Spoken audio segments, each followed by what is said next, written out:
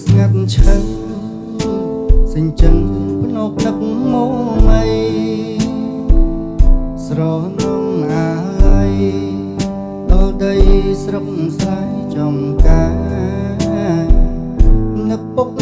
នឹកម៉ែធ្លាប់ថែថ្នាក់ធ្នមបុតគ្នាមិនដឹងសុខទុក្ខយ៉ាងណាចិត្តកូនស្ដាប់ខាត់ស្បាយ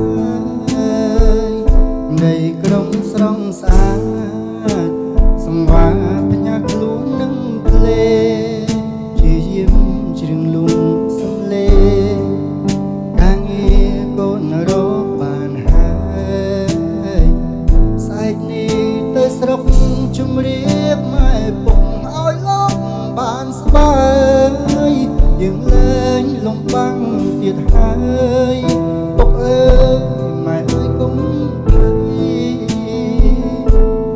លាប់ស្ដាប់លេងពុកតែងបែបបត់ស្រុកស្រែលោកគេងកាយលើភ្លើងម៉ែ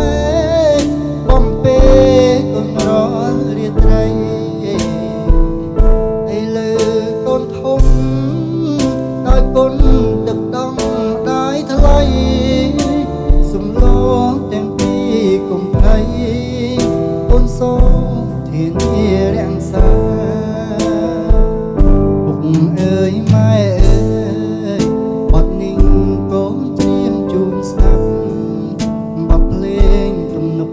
សាស័ព្ទតែពីទឹកចិត្តស្នេហាជាអ្នកចម្រៀងខំច្រៀងគូនឹងហ្គីតារកប្រាំងជួយជ្រងគ្រួសារជួយពុកជួយម៉ែឲ្យស្បាយ